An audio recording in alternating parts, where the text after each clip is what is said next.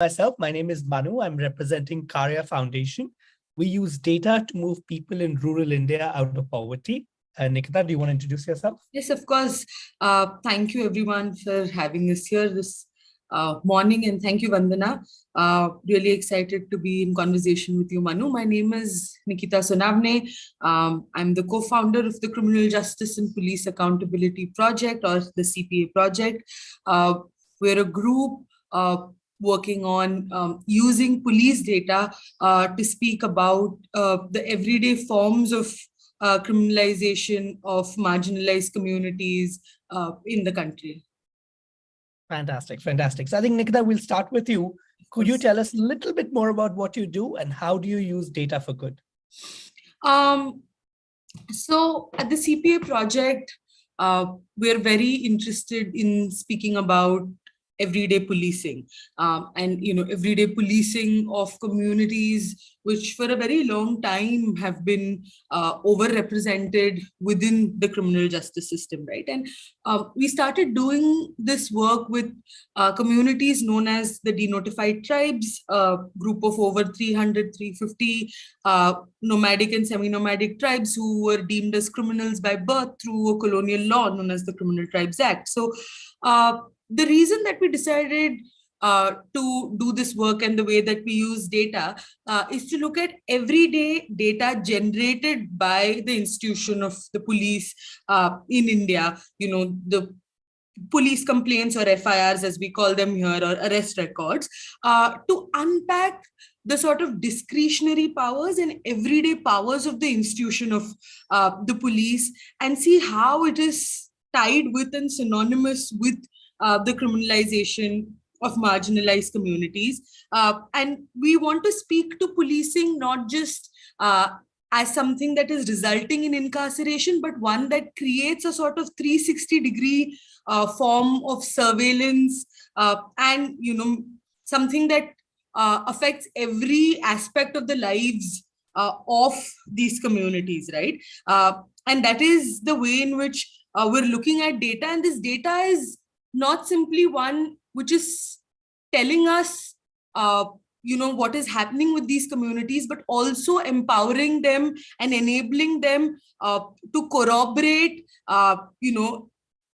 their experiences, their historical experiences of criminalization, and enables them to narrate their own stories of criminalization, which have been their lives for decades now. Wow, fantastic. Fantastic. So Yeah. so that is that's very, very incredible. And I'll quickly talk about the work we do at Karya Foundation. So we look at data as a way of moving people out of poverty, right? So we specifically work on building pathways out of poverty for some of the poorest people in the country, and we participate in the $100 billion data annotation and tagging industry, right? So for all the AI and machine learning tools we all use today, with ChatGPT and large language models, a lot of data and training data is required. Unfortunately, the markets for these are really exploitative. We want to flip that. So we work with clients like Microsoft, clients like Google, clients like Tesla, and we bring that data work, that highly paying data work, and we bring it to workers in rural India who do this work on the phone. We're able to pay a minimum of 400 rupees an hour, which, as people in this room know, is significantly higher than the Indian minimum wage. And we're now paying as high as 1,000 rupees an hour for some of the work we are doing. We're able to move people out of poverty like this. So therein lies, I think, the transformative power of data. It currently takes 7 generations for someone in India that comes from a low-income family to make $1,500. A Karya worker will make that same amount in less than 2 months. So using the power of data, we are able to accelerate 7 generations worth of social mobility in less than 2 months. And that is, I think, is much like what you were talking about, Nikita, is an excellent example of using data to create lots of impact on the ground. I want to talk to you more about like, why did you start using data this way? What's the origin behind this? And could you give us one example of the incredible work you have done, so the audience can visualize the amount of phenomenal work you've been able to do in using data for storytelling and data for activism the way you've done it? So, I mean, let me start by telling you a story of why I began doing this work, right? So I'm trained as a lawyer. I was doing what most of us as lawyers do, which is litigating in courts. I was practicing as a criminal defense lawyer in Madhya Pradesh. And one of my first cases was of this young man belonging to one of the Adivasi communities who was charged with multiple cases of theft of temple bells. The police woke up one day, picked him up and said, he's the serial temple bell thief, right? He spent several days, and as everybody knows this is obviously an open public secret, that he was illegally detained in police custody, subjected to violence for some time, and then subsequently sent to prison. He spent 7 months in prison. We managed to get him on bail. As lawyers, of course, you think you've been able to secure somebody's liberty from court, as temporary as that might be. But, we felt like, wow, the worst is over, right? 7 months later, he's released from prison. And in less than 24 hours, he's arrested again. And he's been arrested again for another offense, saying, he was found with a knife or something like that. But what helped the police do that is to say that, well, this is a person who is a habitual offender. And this is something that has happened because, he's habitually, addicted to committing crimes. And we saw that this was happening on a day-to-day basis where, even if people were not in prisons, their movements were monitored. The police would show up at their doorsteps. They would be making regular visits to the police station to give a lot of data, biometric data, personal data. So we realized that for so long as lawyers, our imagination of criminalization was so centered around people being in prisons, because we thought, well, that's what criminalization is.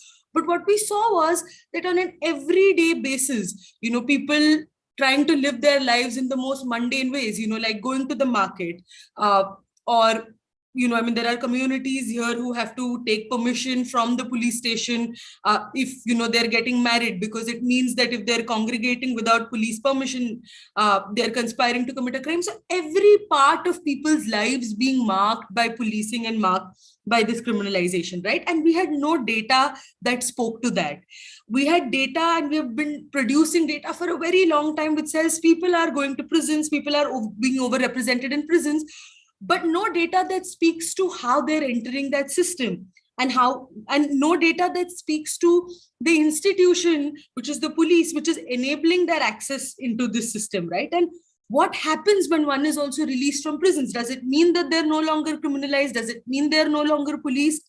And what we were seeing was this was happening day in and day out, even when somebody hadn't ever been incarcerated, simply because they belong to a criminalized community, but nothing about the everyday life of the police. So it is to be able to speak to this everyday life of the police and the everyday violence that is synonymous with policing, that, right, we decided to do this work and use the police's own data to be able to tell their stories, right? And there is somebody in the chat section who was asked, or do you only use the police data, or do you also use surveys? So it's both, right? It's also the narratives of people on the field, but marrying it with this sort of macro level data that the police is producing. Fantastic. That's really, really useful. And I think that gives a solid example of how you've been able to use data for good. And I think I'll try to provide the same for our work, right? So again, for me, deeply personal, as someone who grew up in a basti in Delhi, the fight against poverty and how incredibly difficult generational poverty can be is of course very, very close to my heart, and thus the promise for accelerated social mobility, right? So over the last 5 years, we've been doing work at Karya. We have now worked with over 30,000 people in 22 states across the country. The workers have done over 30 million jobs, receiving over $1 million in direct wages just by working on their phone, right? And I think my favorite story is still one of the first stories we ever got to see, Nikita, which is basically one of the first people we were working with. She came from an Adivasi village in Pahalgarh in Maharashtra, and this was a village with no electricity. And she looked at the smartphone and said, "Iske andar Surya Dev hai," or is the sun god inside this? Because it was the first source of light she had seen in her life outside of the sun, and she wondered if we had somehow captured the power of the sun in the phone. And I was really unsure if she would be able to use the phone to, like do complex data annotation tasks. But within 30 minutes, she was like, why is this difficult? She was almost offended that I thought it would be difficult. Within the first week, she had made 10,000 rupees doing this work. And that basically meant that she had made more money in that 1 week than her entire family had made in that last year. And that is the power of data if it's used to restore agency to communities. Today, that same young girl who was supposed to be married off just a few weeks after we had come is studying to be a fashion designer in Bombay. Is able to provide for her family, is the first girl in her village to work and to do something so creative, right? So I think something we both understand deeply is money is cushion from reality. It enables outcomes, it enables opportunities, and data, and restoring the power of data and giving ownership of data back to communities allows us to create really transformative impact. So I think what I see the commonality between our work is we are using data to return democratic ideals, whether it's power or whether it is freedom or whether it is access to opportunities back to people. We are a little short on time, Nikita, so I'm going to jump on to the last question, which is, what is your vision for the work you are doing, and how do you think people in this room can use data to create accelerated impact? I think the vision for this work, and something that I've already spoken about before, is for us to be able to think of criminalization as not simply being confined to what we understand as being the physical site of the prison, right? But to also think of imprisonment and criminalization as a way of life, which is what it has been, and for intergenerationally for so many communities, about 95% of communities who are represented within the criminal justice system are marginalized communities, who also form a significant proportion of the Indian population, right? So for us to be able to unpack what this criminalization means for their day-to-day lives and existence, and also imagine what it might be, imagine a way of life which is beyond criminalization, right? And what it might mean for us as a society to think about, a life and using data to sort of push forward an imagination of that way of life. And very fundamentally also, in utilizing that data, speak to, the bias in these institutions that are fostering, as, those of us who work on criminalization call a carceral way of life, right? And think of bias not simply as an accidental outcome of the system that we're dealing with, but one that is very much a part of and encoded within the design of those institutions. And so then our vision is to think about how we can challenge that, overhaul that, and also, center the voices of community towards imagining what a life beyond incarceration or criminalization might look like. Fantastic. I mean, I think that's a phenomenal vision, and it's a vision once again that the transparency that data brings in really enables, and I think that's really exciting. I think somewhat similar on our end, right? Like I think our goal at Karya Foundation is to move 100 million people out of poverty in India by 2030, right? So that would entail bringing a significant amount of the phenomenal data work happening globally to rural India, something that we've been successful in doing. And I think the vision that we would have is that currently, like I said, it takes 7 generations for an average low-income Indian person to make $1,500 in savings. That's absurd. That's absolutely ridiculous, right? And I think we need to look at ways of monetizing key data sets that Indians are automatically generating, giving ownership of those data sets back to the people, like we've discussed, and use that to move them out of poverty and bring critical supplementary income to the communities we work in. So today we work in over 100 districts across India.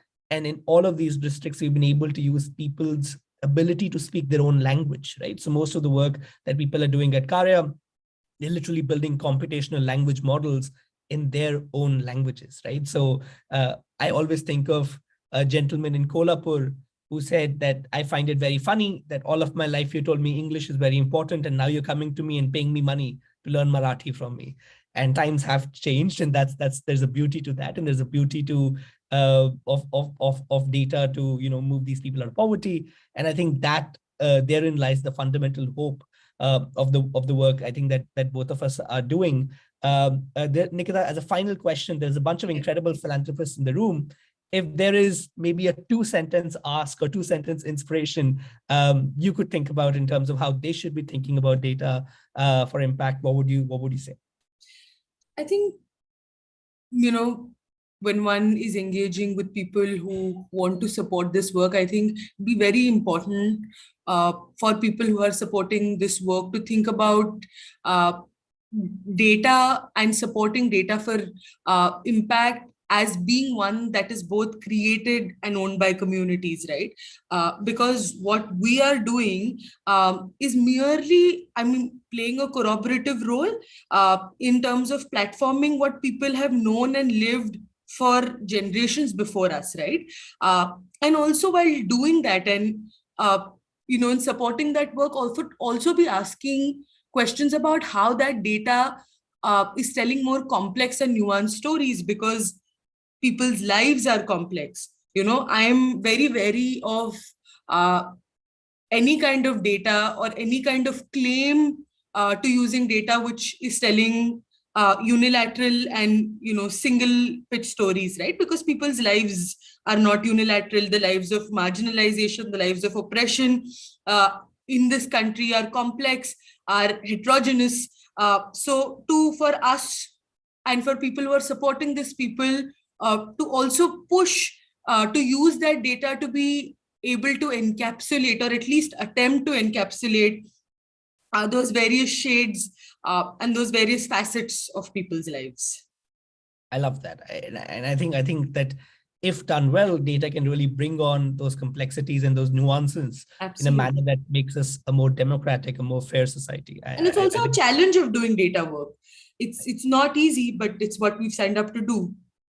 Absolutely. I love that. I absolutely love that. And I think that as closing thoughts, I always think of my incredible mentor, Kentaro Toyama at the University of Michigan, who says that technology is an excellent amplifier of existing human intent and capacity, not a substitute for it, right? So I think as technologists, sometimes we get maybe too excited, right? And I think we have to be very careful. As powerful as data is, it has to be used intelligently to accelerate good in the right place. I think Lucy Bernholz at Stanford PAX has a very famous saying that data for good, data is mostly used for bad these days, right? And which might be true. And I think that's why there's power in this room to specifically come together and think about how do we use data for good, right? And I think going back to Kentaro's words, we need to look at places where intent and capacity exist, where we have the right intent, where we have the right capacity.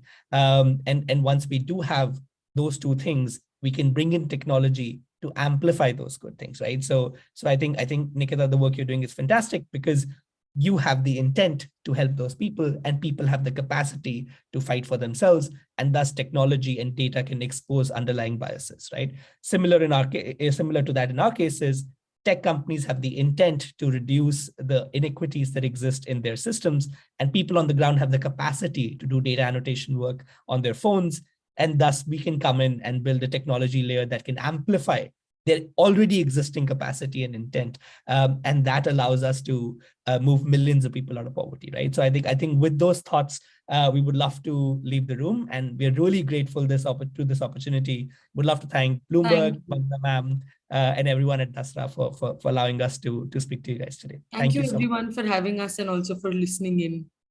Absolutely. Thank you so much, guys. Thank you so much, Manu and Nikita, for sharing the work you do. As you said, Nikita, it's not easy, but you've signed up for it. And thanks for giving us an insight on why you decided to use data. And, just segueing into the next aspect of this session, we have a panel of stakeholders who each play an important role in using data for good in India. We have Archana Sinha, who is the co-founder and CEO of Nourishing School Foundation, also a finalist of the 2022 D4GX cohort. We have Mr. Rizwan Koita, who is the co-founder of Citius Tech and director of Koita Foundation. We have Urvashi Prasad, who is the director in the office of the vice chairman, Niti Aayog. And we have Erica Arya, India head, Project Tech for Dev, who's moderating the conversation. Over to you, Erica.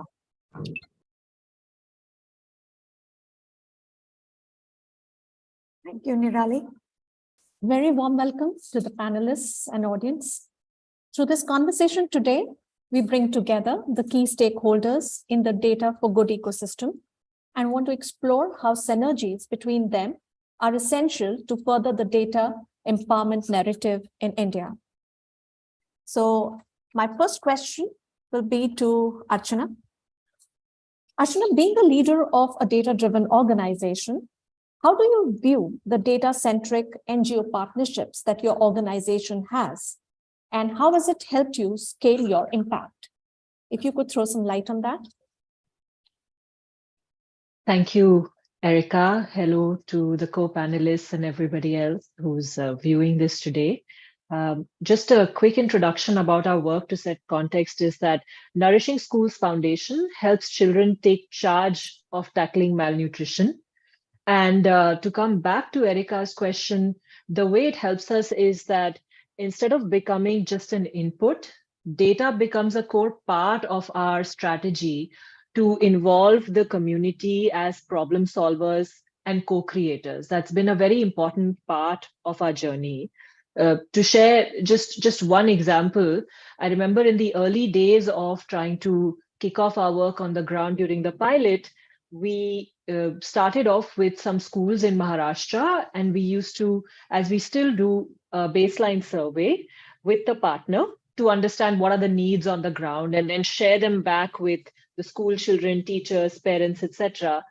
And I heard this story about how in one school in Satara, there was this meeting where it was shared that almost 80% of the children in the school are anemic. And that's interesting when you think about it from the point of view that we think of nutrition as a very visible problem. I think all of us have seen some ad to do with donating to a cause of malnutrition where they show you a severely malnourished child or a very obese child. But so much of malnutrition is in fact not visible, such as in the case of these micronutrient deficiencies. So data helps make the invisible aspect of malnutrition visible. And that statistic, of course, was very shocking for people in that school to hear. However, what was even more shocking to them was to hear that around 40% of children were eating snacks outside the school at least once a week. And that may not sound like a lot, but for them, they thought, oh, snacking outside the school, eating junk food, that's a big city problem. For our school in Satara, that's not something that happens with school children here. We're still quite traditional in our behavior, but the data said otherwise, and that was quite a wake-up call in some ways for teachers in particular, and that prompted them to think about how might we change that. And one of the things they had in the school as part of the curriculum was a home science class. And they started brainstorming and thinking, what if we took all the things we're teaching in the home science class and use that to set up a student-run canteen? The snacks are prepared by the children. They help decide the menu. And then they are in turn made available to the children. So if they're going to eat snacks anyway, let's at least offer them healthier options, particularly iron-rich options. And they were able to do that. And what is so great about when you put children in the driving seat of something like that is that they don't just focus on the nutritional benefit. They also obviously focus on the taste, and they also focus on making the snacks look appealing, which in turn increases the consumption of them. So that's an example of how data can help expand it. You spoke about, you asked about the benefits, and one of the benefits is that it's helped us scale sustainably. There's this saying that I love, which goes that if you want to go fast, go alone. But if you want to go far, go together. And that's, again, what our working with partners has helped us do, because it possibly would have been much easier to own every piece of this data process, collect it ourselves, go back and share it ourselves, and so on. Because one of the things that I would hear a lot when we were setting up this program from potential partners would be, oh, your first step is a baseline survey. I think we can skip it. We already know what we have to tackle here. No, I don't think you've understood what we do. We are not a research NGO. We are a grassroots NGO. Data collection, that's not something we do. And we would have to request them and say, can you just trust us for these 2-3 months? Bear with us to do this part of things the way we're asking, and everything else completely doing it the way that you suggest, right? And then the data would come in and you would see things change. So making sure that we help them get ownership of it was definitely a big part of scaling our work. And we are now in 250 plus schools, reaching over 60,000 children across states like Maharashtra, Assam, Rajasthan, and Tamil Nadu. And in none of these places do I have any of my own team members on the ground. It's all owned and run by our partner NGOs that have also already been working there for decades. And one of the big reasons we're able to do that is that we build it in such a collaborative way. And at some point when we do exit, they have also come up the curve in their use of data to inform the work. I've had many of them tell me that, oh, I went to a meeting yesterday with a potential funder. They asked me at the end, do you have any data, etc., that you're collecting on the challenges? And I just said, yes, here's this partnership that we have, and these are the key challenges. Here are the metrics. We're happy to track them for you. And it really helped move that conversation forward. The other way that it's also helped us is not just sustainable partnerships, but also scalable partnerships.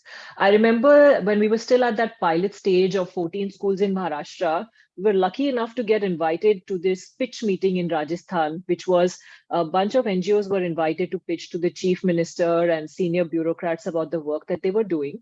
And then if they liked it, they would invite you to come and work in the state. We were one of the last NGOs to go up and present, and everyone before us probably already had a presence in the state, had been working there for a long time, beneficiaries in thousands. And I was sitting there thinking, I don't see how we're going to make the cut here. We're so small and we're so early. But one of the things we did was pull up our data dashboards as part of our presentation and share that data. And the chief minister started asking us questions and saying, oh, I wonder what this would look like for our state. Could you prepare something like this for the districts that you would work in Rajasthan? And we said, absolutely, this is very core to what we do. It changed the whole, I felt the energy shift in the room. It changed the whole tone of that conversation. And then a few weeks later, they came back to us with a list of schools that they wanted to prioritize for any programs in general and say, please cover as many as you can. And then on the basis of that, we went on to form some of our strongest partnerships in Rajasthan. So in that way, data has been so core to our journey. It has helped us widen our impact and deepen it at the same time. Thanks, Archana. So that just clearly shows the examples that you cited, that data has led to so many revelations for you. Would you like to also, touch upon, the importance of data empowerment for the end users in this entire work that you're doing? What are your thoughts on that? Absolutely. I think even for us in the beginning, we focused a lot more on what data could do for us and our organization, then for partners, then for communities, and so it expands. We've seen our impact increase so much when we started using the data to empower communities. I shared that example of the school canteen, but there are so many more. There are children who have set up homestead gardens. After setting up school gardens, they've used the school gardens as a sort of experimentation ground, learning labs, use that to supplement the midday meals, then in turn gone home and used that to inform their parents about things that they could try, changes that they could make in the diet at home. And what was so interesting for us is that when we started, we were obviously looking at this with the nutrition lens, but more things have also emerged. So one of the things that happened during the pandemic, as supply chains were cut off for some time, is that many of the homestead gardens also became a way of ensuring food security for the households of the children that we had reached. And that wasn't something that we had planned for. And that also introduced us to this new area of climate resiliency in the work, Because now in climate also the conversation is moving from your sort of top-down solutions to community-owned solutions. And climate resilient agriculture, for instance, is a big part of that.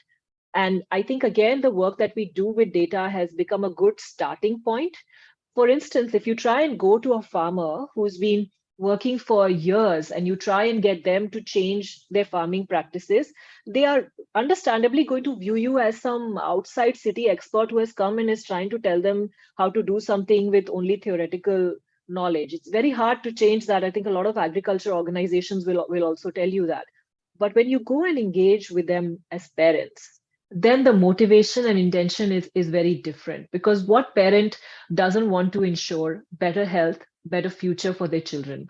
And parents are also much more open to experimenting with things if their children are the one coming up with ideas. So if I were to try and convince a household to, let's say, try vermicomposting, it wouldn't work if I went. But if a child tries it in a school and then goes home and tries it, that eventually makes its way to the homestead garden. Your sort of time period of effecting change also becomes much shorter.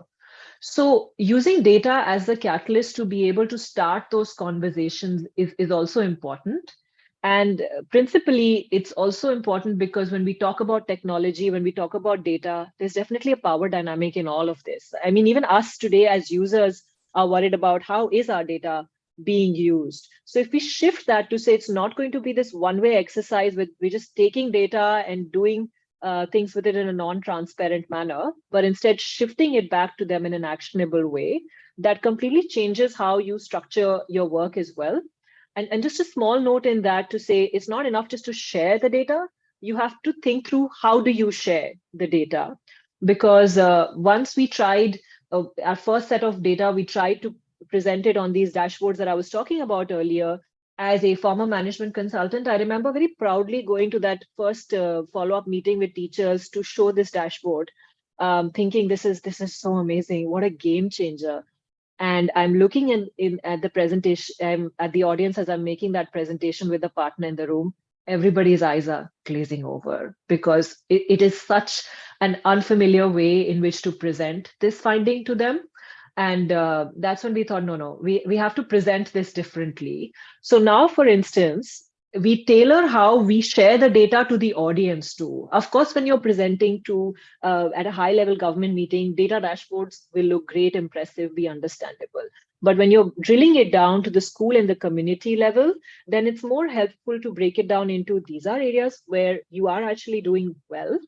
These are areas where you could do better. And here's, for instance, what you can use from the resources and tools that we are providing, because we gamify a lot of this for children to make it fun for them to learn about nutrition and to take action. And then why don't you use that? So, for example, one of the things our data has shown is just providing soap in a school is not going to ensure that that soap is used for hand washing. And even if it's used, it may not be used before eating, after using the toilet, or say before handing food in your home science class or any other environment. So we drill it down to say, where are we seeing the gaps? And then you talk to children to also understand why it's not happening. How can we gamify it and how can we make it more peer-led? Thanks, Archana. And now I would just move on to Rizwan. So Rizwan, hearing from what Archana just mentioned about the power of data can be a game changer. My question to you is, from a funder's perspective, if you could highlight the need to support non-programmatic costs like data and tech for NGOs. Sure. Let me start. So first of all, thank you very much to the Dasra team to give me an opportunity to be part of this very interesting panel discussion. Our foundation started about 6 years back, and one of the principal areas that we support, we do work in the foundation, is we do something what we call NGO transformation. So if somebody visited our website, you'd see a link there.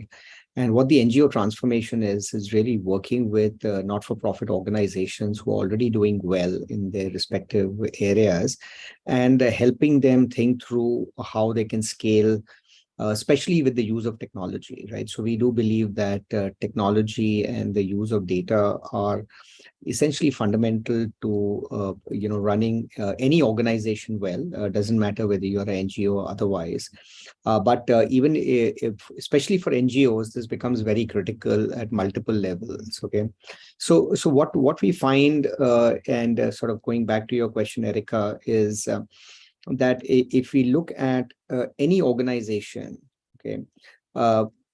One should be able to ask a simple question: why does the organization exist?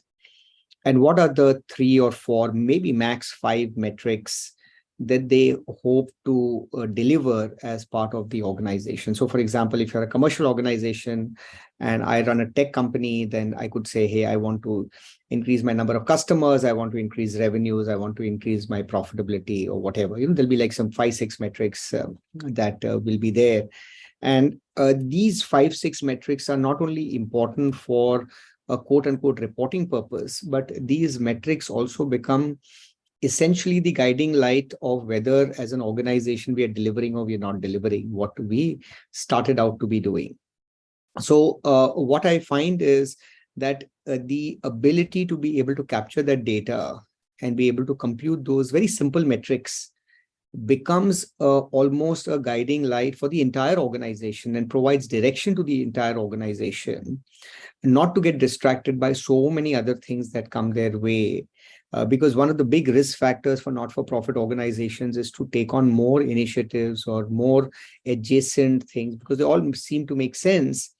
But the moment you start capturing data and you start computing the metrics and you realize that those add-on things are kind of taking you away from achieving your principal objectives, then it kind of keeps the organization focused there. So at multiple levels, the way the founder or the CEO of an organization is defining success, the way they are running the organization, the way they know whether they're doing a good job or they're not doing a good job. And then if you go to a funder, an organization, and ask for money, the ability to communicate, I think there is, NGOs are great at communicating at an emotional level. So I often, sort of see a case study, and this bright girl, she couldn't go to school. The NGO came, got her a great career. This particular individual had a health problem, NGO came, solved it, whatever it may be. So these are great stories which are very important. So I'm not taking away from the importance of stories, because we as human beings connect to stories very well, and it's quite critical to say the right story to communicate the value proposition.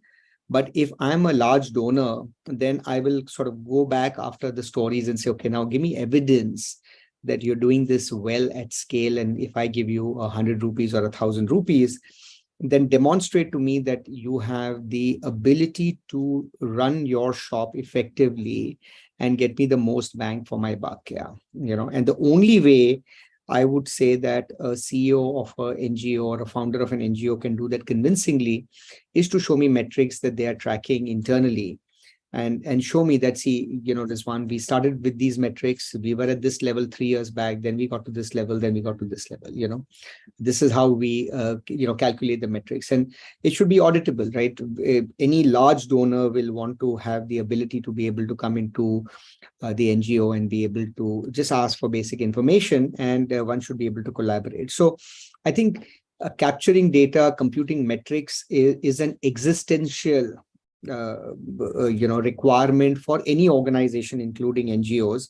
And I would urge NGO founders and CEOs on the call today to be able to really look at these metrics, sort of closely. Yeah, back to you, Erica. Yeah, thanks, Rizwan. Now, as we're talking about, you touched upon, these 2-3 important metrics that one needs to track. And just focusing that on, like suppose you need to fund an organization and take forward, the data empowerment work that the organization does, or data used for development work. What would you recommend could be those 2-3 metrics that the organization, should be tracking and monitoring, so that it gives you, you feel comfortable that yes, we are on the right track on, giving the agency the control of the data that is being captured? Yeah. So I would break up metrics into two groups. There are common metrics that apply to every not-for-profit organization. Every NGO should have them. It could be funds raised, how much is your cost per employee, how much is your cost per beneficiary, how much money you have in the bank, what's your runway, et cetera, et cetera. So I think those are common metrics that apply. You could be in education, you could be in healthcare, you could be in whatever sector. Then there will be metrics which are very unique to the sector that you are in, right? So for example, we do a lot of work with mother and child, and then I really would like those NGOs to say, okay, for every mother or every child, what are the important output metrics that I am trying to control? So it could be, for example, it could be the weight of the child at birth, right, as an important indicator for the success of any program that is mother and child related. The ability to be able to track a number of kids with moderate and severe malnutrition, SAM-MAM kids, again, is very relevant to that particular segment. So if I'm talking to NGO that is in the mother and child space, then I'm really looking for obviously the cost per beneficiary and all of that, which are more common matrices. But then I'm saying, okay, demonstrate to me that you have the ability to track the weight of child at birth and say that you went into a community. This was the average weight of child at birth and it started to grow. Okay. But demonstrate to me that how you were baselining the SAM-MAM kids in that community and how it's kind of coming down, right? You could have an NGO in the education space, and there you could be supporting a Balwadi program, and there the metrics that you would track, which are specific to the Balwadi program, could be very different. It could be the number of kids who are dropping out of the Balwadi program. It could be the number of kids who actually went to school after graduating. It could be the level of nutrition and the weight improvement in the Balwadi. So you could do and working for an NGO that is supporting, kids who are graduating from the 12th standard, and they are providing career guidance, and there the metrics will be very different. So I think each NGO, by virtue of the kind of work that it does, should define the 3-4 key principal indicators. And when we're talking about sharing data, I think it's important to share the metrics with the end users rather than the data with the end users. So let me give you an extreme, almost a trivial example. If I'm trying to control my weight, okay, and the only thing I'm tracking is data, all the different kinds of food that I'm eating, yeah, I'm getting a lot of data, but it's almost impossible for me to know whether I'm doing well or not. But one indicator could be the number of calories consumed in a day versus what is my target, right? So the app can, or the NGO can tell me, okay, you're consuming X number of calories a day versus Y. That could be, now I'm not saying that's the only metric. So maybe I'm using, I need to also track the number of protein calories and number of, fat calories separately. But there are 2-3 simple metrics computation, far more important than dumping a lot of data at me. You ate this for breakfast, you ate this for lunch, you ate this for dinner, you ate this for lunch. Let me give you daily statistics on exactly what you ate every day. You will overwhelm me. Worst case, if I'm anyway not going to be looking at my diet and I'm not controlled, I may compute the wrong metrics and I may pat myself on the back for doing not a good job by slicing the data in a manner it was not supposed to be sliced. Because you can take any, we've got consultants in the room, you can take any data and you always find that one thing you look at it in that way, it actually makes the data look good, but that's not necessarily the most important metric. So don't give too much data in the hands of the end user. Define intelligently and through experts, what are the 3, 4, 5 metrics, compute the metrics, and then make the data available, right? So if, for example, going back to Archana's thing, imagine every kid knew that, okay, number of calories I eat is important. And here is a simple tool that I can calculate. And I know whether I'm above my calories of junk food or I'm below or whatever of the total calories. That's a very useful tool to teach the kids. And that information in the hands of the kids is actually far more powerful than in the hands of the teacher or the hands of the parents or hand of, Nourishing School Foundation, right? Because it's the kids who will then self-regulate themselves and actually make the change. Yeah. but don't give too much data, give the right metrics. Back to you, Erica. Absolutely. Absolutely. Thanks, Rizwan. I think like when we are talking all about data, we feel that sharing lots of data will make a lot of sense, but you like really touched upon a very important point that too much data definitely gets overwhelming, and hence we should have the right metrics, right data points that we should be like sharing with the community. And with that, maximum 3 to 5. If you're going beyond 5 metrics you're sharing, then you're probably not prioritizing. Yeah. Great. Cool. Okay, now I'll just move on to Urvashi. Urvashi, we are seeing that the government is keen in promoting data for development. So if you could talk about how has the government's approach to data for development and empowerment evolved over the past few years, and how is it influencing policy making? That would be great. Thank you for that question, and it's wonderful listening to all the speakers before me, and tremendous insights that everyone's shared. So yeah, I'll speak about the policy side of things, and what's been evolving in the government space. I think three major things as I see it. One is that there has been an emergence and an increasing importance which is being given to real-time monitoring. And I think, this is quite an important shift as well, because in the past, we've tended to rely solely on metrics which actually are very slow moving.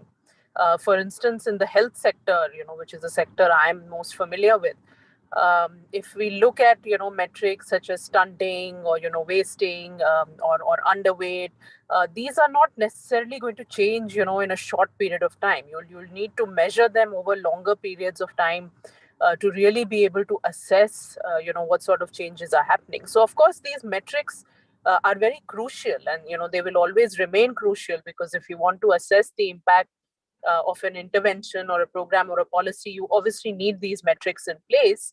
But you also need metrics which can tell you on a much more short-term basis whether your intervention is possibly working or not. And this is very important for governance. And this is something we've seen in the aspirational districts program, for instance, which is something that it's a big program of the government's. Even Niti Aayog, where I work, is very closely involved with the aspirational districts program.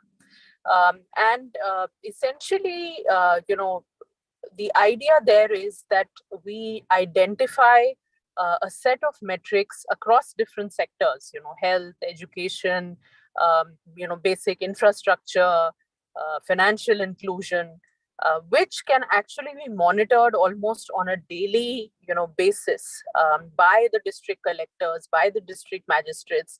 And this is brought about a very important shift in the mindset at the local governance level, because now a district collector feels that, I can actually show impact of what I'm doing during my tenure. Because the tenure of somebody probably is not going to last for many years, right? And the kind of time you'll need to be able to show a movement in the kind of indicators I was speaking about, which are longer term indicators. But if I'm tracking slightly more process output type indicators, I can at least show some measurable shifts even during my tenure. And so I can be held accountable for that. I can also demonstrate my own performance, as a leader at the local level. So that, I think, is a very important shift. That instead of only relying on longer term metrics, we're saying let's use technology. Let's look at how things are moving in real time. Let's develop dashboards and almost share it publicly. So if you see the aspirational districts data for the districts, it's available on the Niti Aayog website. Anyone can go look at the dashboard, and you'll be able to see where districts are, how have they been moving. So of course there's a lot that we still need to do to improve all of that, and how it works and the incentives behind it. But I think it's nevertheless an important shift. And that is something that we will hopefully see more of in terms of driving more transparency, and more accountability, when it comes to data use in governance. So I think that's the first major sort of point. The second is that there's a greater interest in strengthening the data capacity of the different government ministries and departments. In fact, we have also developed something called a data governance quality index, where we actually do a sort of self-assessment of all the central ministries and departments. We have a questionnaire, they fill it in, and we have certain metrics on which we actually score them. And more than sort of naming or shaming, it's more about a capacity building exercise. It's more for the ministries, departments themselves to understand where they have done well, where are they lacking, where can they learn from other ministries and departments, because again, there's a lot of good practices and we know that, but it's often very difficult to share these best practices, or to actually get them implemented across, even within different parts of the government. So through this exercise, we are sort of using this index as a capacity building exercise to actually strengthen the data systems, the data analysis capability within the different ministries and departments. And we've so far done it at the central government level, but there's also a lot of interest from various state governments to implement something similar for them. So I think this is something that, again, has been an evolution, and hopefully, will be taken forward as well. And the third piece that I just wanted to quickly, sort of touch upon is the analysis part, and I think somebody was speaking about it earlier also, that, data is only as good as, what you use it for. And there's no doubt that we are a data rich country, but we really need to move towards being a data intelligent country. And in that sense, I mean that, we are able to make good use of all the data we have, which today is actually quite fragmented. It's in different data systems. There's different stakeholders, obviously, in the system. So how do we pull that all together and actually make some sense, out of all the different data that we are collecting? And that is something we are attempting to do through an initiative called the National Data Analytics Platform that, again, NITI Aayog has been working on, where we are saying that, ultimately at a sectoral level, we should be able to pull all these different metrics together, from different public, information systems, databases, and of course, eventually also integrating the private sector, philanthropy, all the sort of different sources of information and data that we have today, and be able to run some, meaningful analytics on that, which we can actually put out in the public domain, so that people can also, really understand that at a sectoral level, at a higher level, where are we moving, where's the progress really, where are we lagging behind? So I think that is, again, a very important focus area for us going forward, that, we have the data in many cases, but we are not perhaps making the best use of it. And so therefore, how do we, streamline it? How do we integrate it? How do we bring in different stakeholders? Again, if I look at the health sector, a lot of the data resides actually with private players, not necessarily even with the government. So how do we integrate all of that and actually make sense of it from an analytics perspective, so that it can truly feed into, decision making and decision making at every level of governance? That is something that, is I think the third sort of very critical shift that as I see it, and hopefully this is something which we'll also, continue to work in the future. Yeah. Thanks, Urvashi. I have just one more question for you. So how does the government aim to encourage the NGOs who use data at the core of their intervention? If you could share some thoughts on that. Yeah, so, I think the aspirational districts program is one very good example of that, where, the government is actually engaging a lot with, NGOs or philanthropic organizations, especially on the data part, in terms of everything from how do you do surveys at that kind of scale, with the kind of rigor to then, how do you actually analyze that data? How do you build the technology systems for that? So I think, one avenue is certainly that, where we will see, more closer engagement with such organizations, when as far as the government is concerned, and integration with the government's own programs, which I think is very important, because like I was saying, that we're all sort of making efforts in our own ways, but until we pull it all together, we're not going to see that sort of bigger impact in that sense. So I think the government will have a lot more engagement, with such organizations, or NGOs who are doing this work, or other philanthropic organizations as well, in terms of strengthening its own programs at scale. I think, and I think that's critical, from the country's needs perspective. And then I think technology use is, another, how do we use technology and better technology for data governance? And this is again something that, not just NGOs or startups also are working in this domain.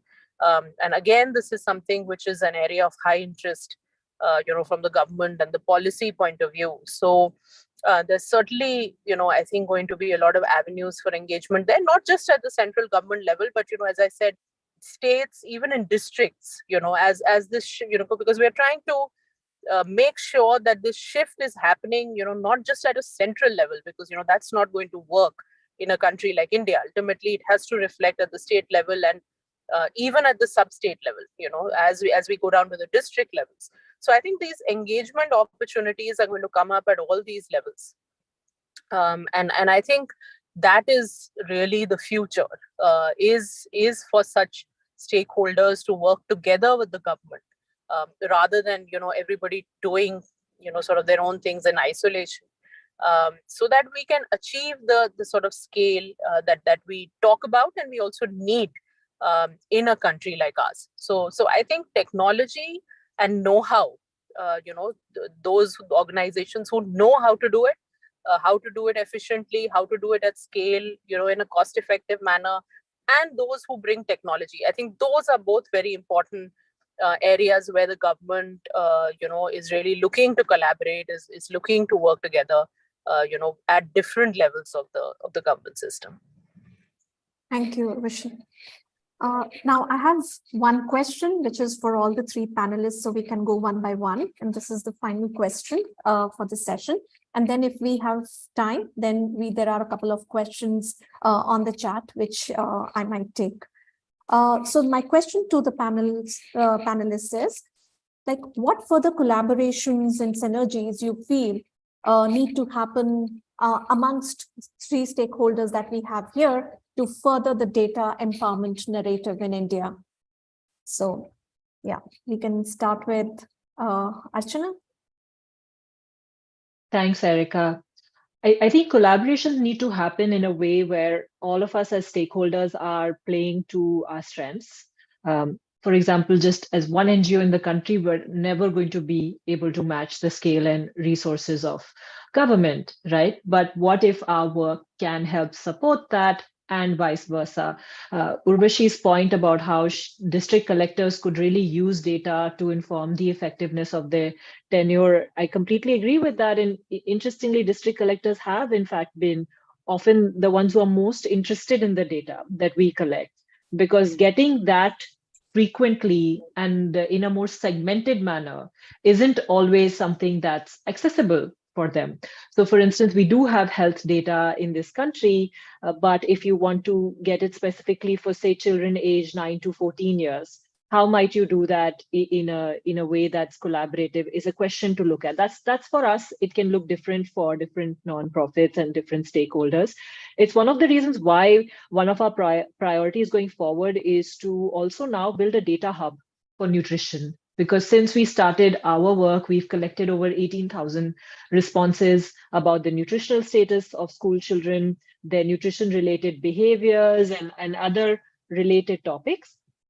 And to borrow Rizwan's point on 3 key metrics. So those 3 key metrics can look different for everybody, what we want to do is share our data and our data-based insights such that you could be an NGO working in the same geography as us, and we may never have met, or in the same sector as us, but you use the insights from this data to inform your work. The same for government officials. And then the same even for academic researchers, right? Having a social science background, I know that it can be quite difficult to also get access access to data for research, which then goes on to, let's say, inform policy and solutions and the whole conversation around that. So the more we share data, the more opportunities can emerge for using that. And the thread running through all of that also has to be, how do we do it in a way that empowers communities and builds that agency too? We have to be very cognizant of that sort of power dynamic inherent in data when we do that. And I want to add that particularly in the funding space, it's so important to support these collaborations from a long-term perspective, because especially those of us from the nonprofit sector, I'm sure are aware of this chicken and egg problem where funders want to see impact to fund your work. But in order to show impact, you also do need funding, because it does take quite a bit of investment, sometimes large amounts upfront, to be able to do that work as well, to collect impact efficiently. I think thankfully it's gotten a lot easier. And I saw that question even in the chat where people were talking about how can you use data to sort of scale the work, use technology. And I know, Erica, your work with Tech for Dev is trying to do a lot in promoting access to do that. So that, I think, is the thread running through collaborations to help answer that question too. As someone else acknowledged, collaboration doesn't happen enough. We could definitely do more. Data can be a way to push those conversations further.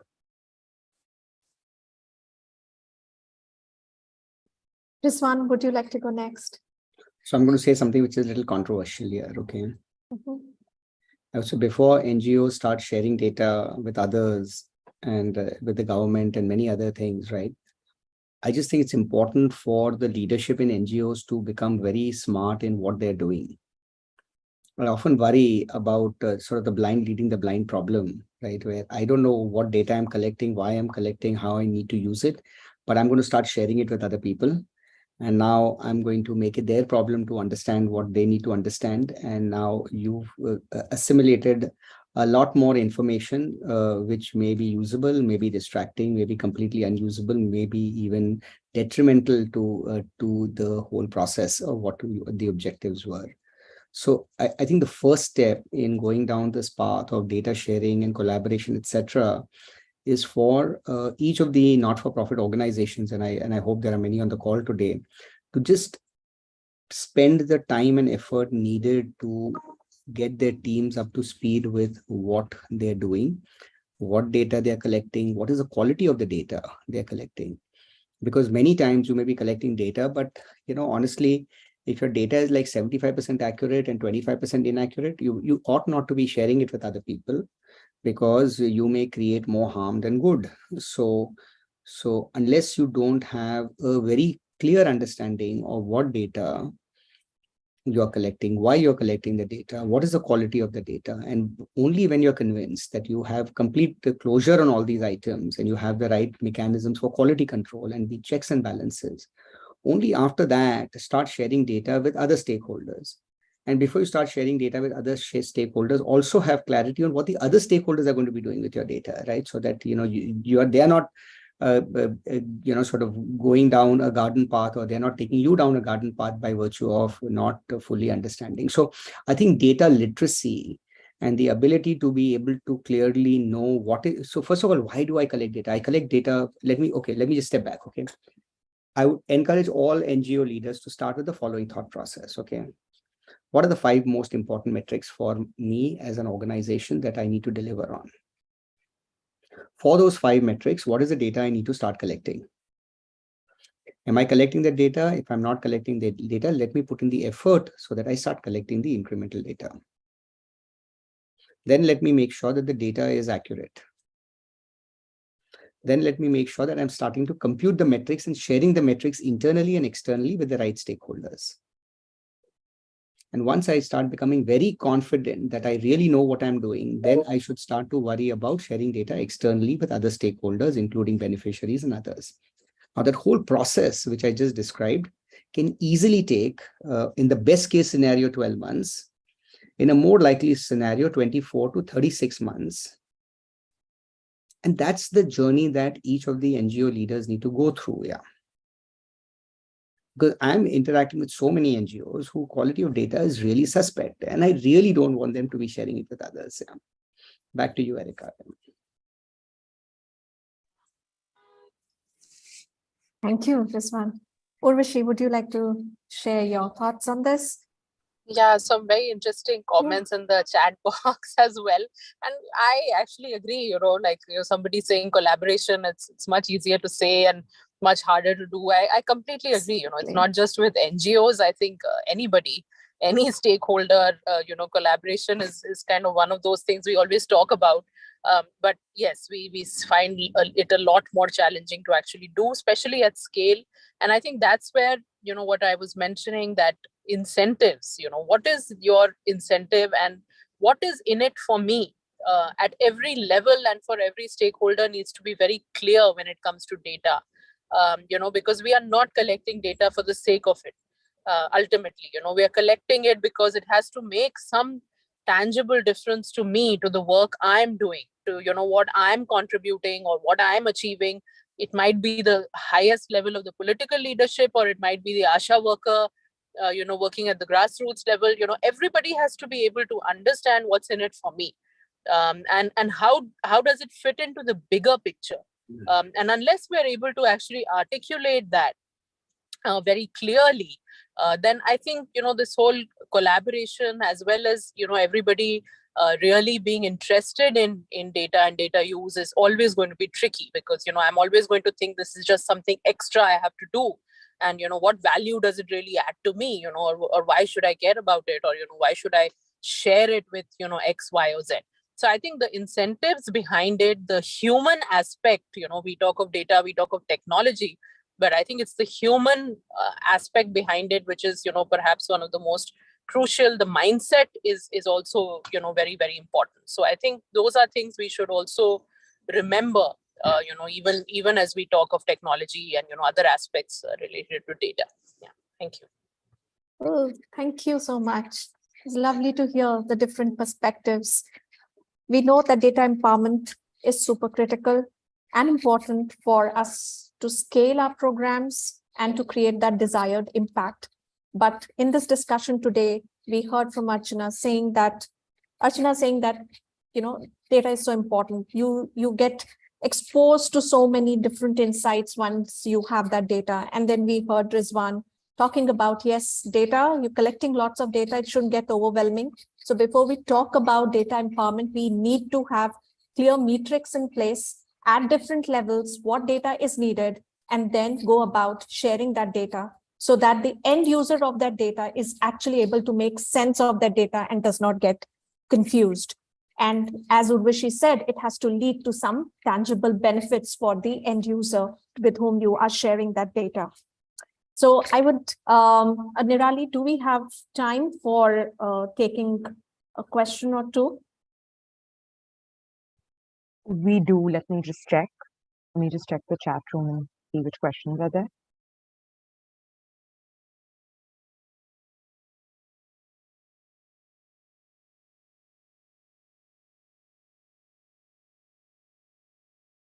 Okay. So I think Archana did address like question one, which was on, how do you use data for scaling, right? That was touched upon. And also Rishi mentioned about, that there is like challenges, like there was a question around, it's easier said than done when you're talking about collaborations. So I think that is at every level. So that has also been, I think that was raised by D.D. Maheshwari. And so even there's one question around how can data be used for scaling NGOs and tier 2 and 3 cities youth using technology. So maybe a question around the intersectionality between data technology, I think would be useful for the audience. Yeah. So around scale. So Archana, would you like to take that up? Because we've seen you like collaborating, using a lot of being a data-led organization, how you have been like creating impact at scale with the help of your NGO partnerships. Sure, Erica. I think part of the answer to this question is in the question itself too, because clearly the person asking it is working with youth. And that is the group that typically has the most exposure to technology, is quick to adopt and engage with it and find new ways to work with it. So if the work that you're doing is engaging with youth, I feel you are already in the best place in using data in technology and integrating it in your work. It comes back to what we spoke about in this panel too, of what are the key metrics you want to focus on, which obviously means that take the time to think about the why of what you are looking to do. And then the questions that you should ask, the data that you should collect will emerge from that. The how of going about it, there is a suite of tools now available. I am so amazed by how much easier it is now. When we started this data journey back in 2014, there were so many times where we had to build our own solution for things like collecting data, go in for very custom, expensive solutions for data visualization, because whatever was already available either didn't have everything we needed in terms of the field conditions that we work with. Give a simple example. One of the things that was important for us was that we should be able to collect data in such a way that you don't need an internet connection while recording the data. You just need it while syncing it back to us. And that was very difficult to find in survey tools at the time, because they were typically not designed for that kind of use, right? There was this perception that if you work in the field and it's so grassroots, then you should be doing pen and paper surveys. So the tech tools were also designed for use in settings where these kind of things like access to internet were not as much of a challenge. So different now. It's so much easier to use a data visualization solution. You don't even need to get anything custom built now. Tools ranging from free to paid and so much more usable. So the options are really endless. And I want to tackle just another question that's in that same chat as well. How does data play a role in promoting digitalization accessible to all? I think sometimes the access or digitization leads the way. Many times when we were doing our surveys, one of our biggest costs was giving Android tablets to the surveyors at that time, because it was not as accessible. The phones were expensive. Oftentimes they also didn't know how to use them. We had to train them on that. I think the earlier panel also spoke about that, how often you reach groups who may not be comfortable with technology initially, and then the process of doing the work, they use it in ways that you would not have imagined. Very different now. When we go and do surveys in the field, most surveyors already have a cheap Android phone that they can use. So in that way, the digitization has helped us make it more accessible. At the same time, there are ways in which it also still needs to catch up. For instance, in the way that we share a lot of our content and resources, we are trying to see how do we move more and more to sharing it digitally. But we have to also be cognizant that in that temptation to build an app or use that technology, we should think about, is that really the best way to reach the audience that we are working with? Are they going to be familiar with it, or are we going to be trying to change behaviors that can take a lot more time than we had planned for?